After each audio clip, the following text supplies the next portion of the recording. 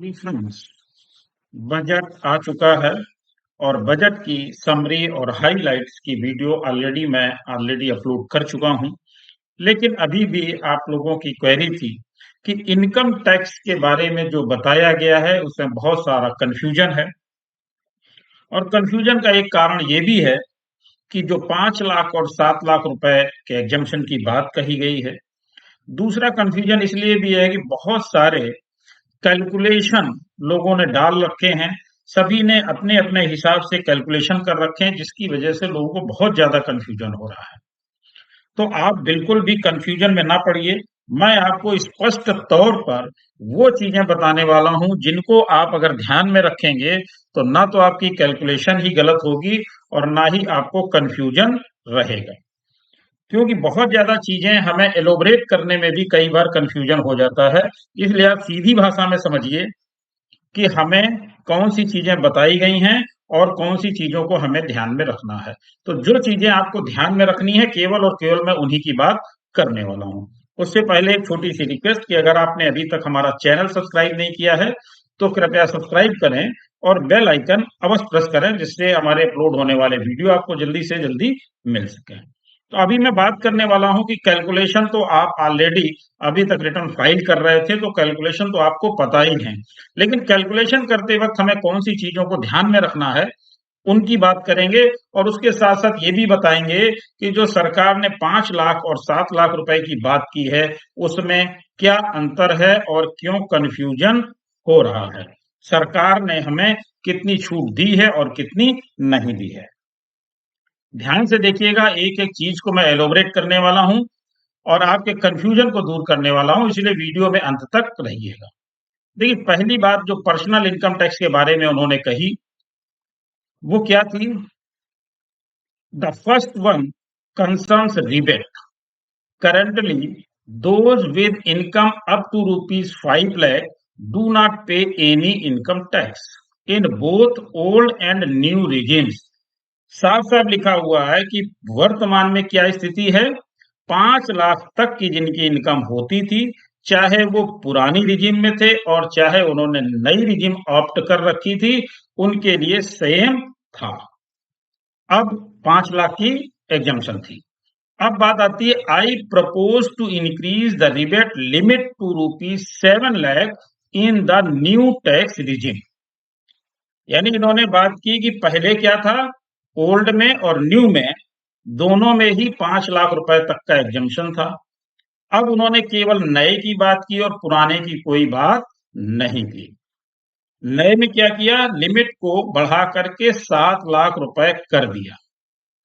यानी पुराने की कोई भी बात नहीं हो रही है। इसका मतलब ये है कि पुरानी रिजिम में जो लोग थे उनके लिए कोई भी चेंज नहीं है। वो इसमें बिल्कुल भी आपका माइंड अप्लाई ना करें। जैसे पहले था बिल्कुल एज इट इज सेम है ओल्ड रिजिम वालों के लिए। जो कुछ भी चेंज हुआ है वो केवल और केवल new tax regime, new regime opt करने वालों के लिए हुआ है। अब यहाँ पर एक चीज आपको और बता दें कि पहले क्या था, ओल्ड रिजिम थी और जिनको ऑप्ट करना था वो न्यू रिजिम ऑप्ट करते। अब उन्होंने क्या कर दिया, इसका उल्टा कर दिया। यानी अब आपको डिफॉल्ट पोजीशन में मिलेगी न्यू रिजिम, और अगर आपको ओल्ड रिजिम में जाना है तो आपको बताना पड़ेगा। पहले क्या था, ओल्ड रिजिम में थे, अगर न्यू में जाना है तो बताना था। अब क्या हो गया, अब अगर पुराने में जाना है तो बताना है। अदरवाइज डिफॉल्ट पोजीशन में आपको न्यू रिजिम मिलने वाली है, तो इसको बहुत ध्यान रखिएगा।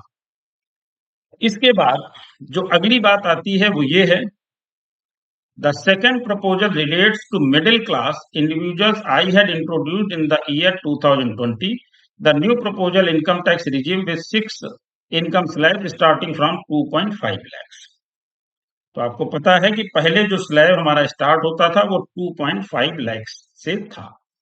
I propose to change the tax structure in this regime by reducing the number of slabs to 5 and increasing the tax exemption limit ₹3 lakhs। The new tax rates are।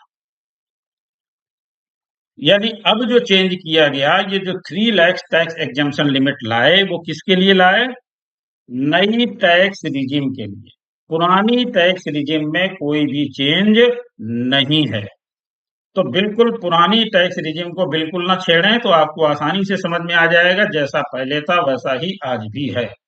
और जो कुछ भी चेंज हुआ सारा का सारा नई टैक्स रिजिम में ही चेंज हुआ है। और नई टैक्स रिजिम आपको मिलने वाली है डिफॉल्ट पोजीशन में, और अगर पुराने में जाना है तो आपको बताना है। ठीक, यहां तक तो मेरा ख्याल आपको क्लियर हो गया पुराना और नया क्या है। अब नए में टैक्स रेट आपको मालूम ही है, 3 लाख तक उन्होंने एग्जम्पशन लिमिट ही कर दी तो निल है। 3 से 6 5%, 6 से 9 10%, 9 से 12 15%, और 12 से 15 20%, और 15 लाख से ऊपर की पोजीशन में 30%। अब 7 लाख का खेल क्या है? 7 लाख का मतलब ये है कि 7 लाख तक तो आपको कोई भी टैक्स देना ही नहीं है।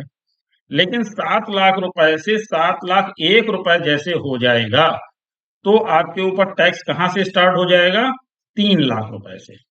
यानी आपके ऊपर ये टैक्स स्ट्रक्चर शुरू हो जाएगा 7 लाख 1 रुपए होते ही।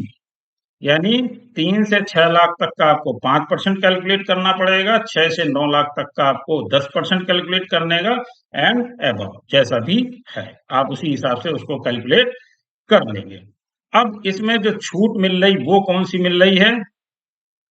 इसमें केवल और नई रिजिम में केवल और केवल छूट आपको मिल रही है स्टैंडर्ड डिडक्शन की। तो स्टैंडर्ड डिडक्शन की जो छूट मिल रही है वो क्या है? स्टैंडर्ड डिडक्शन की छूट आपको मिल रही थी 50,000 रुपए की।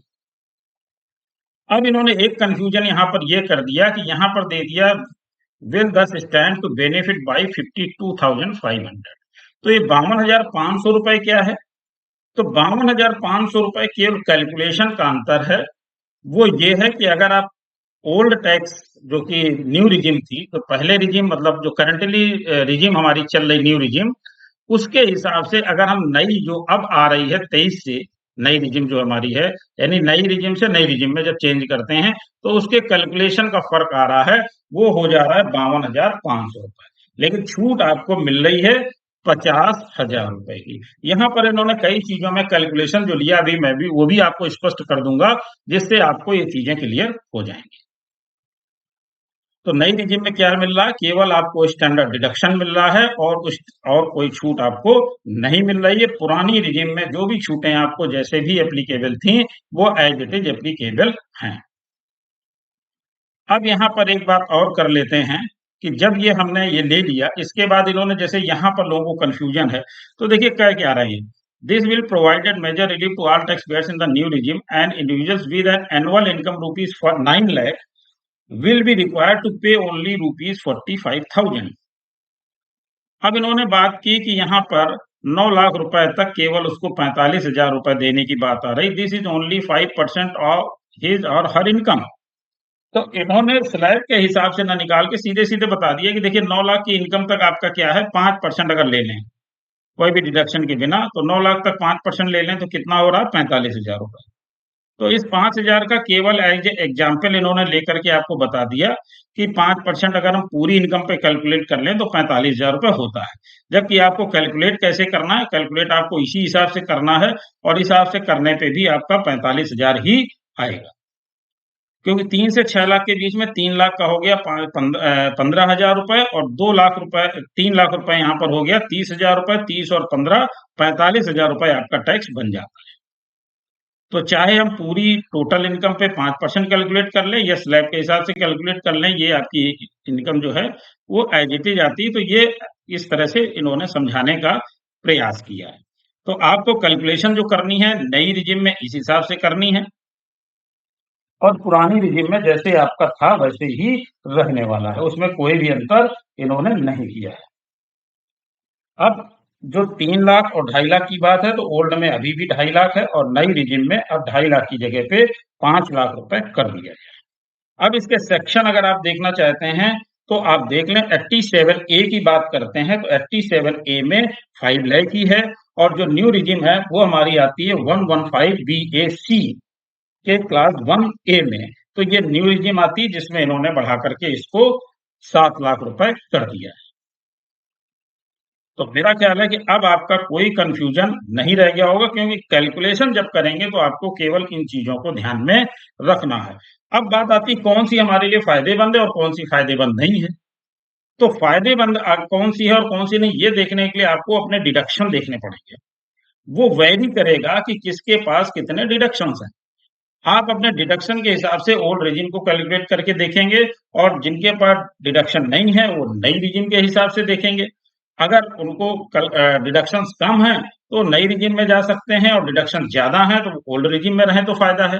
तो ये कैलकुलेशन तो करके आप देख ही लेंगे, और पहले भी आपने कैलकुलेशन किए ही होंगे, इसलिए मैं कैलकुलेशन में नहीं जा रहा हूं। मैं केवल वो बता रहा हूं जो आप लोगों की क्वेरी थी। तो क्वेरी में ये है कि आपको इन चीजों को ध्यान में रखना है।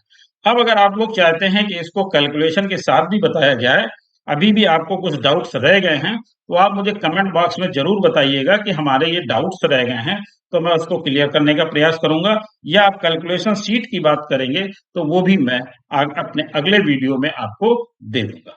Thank you.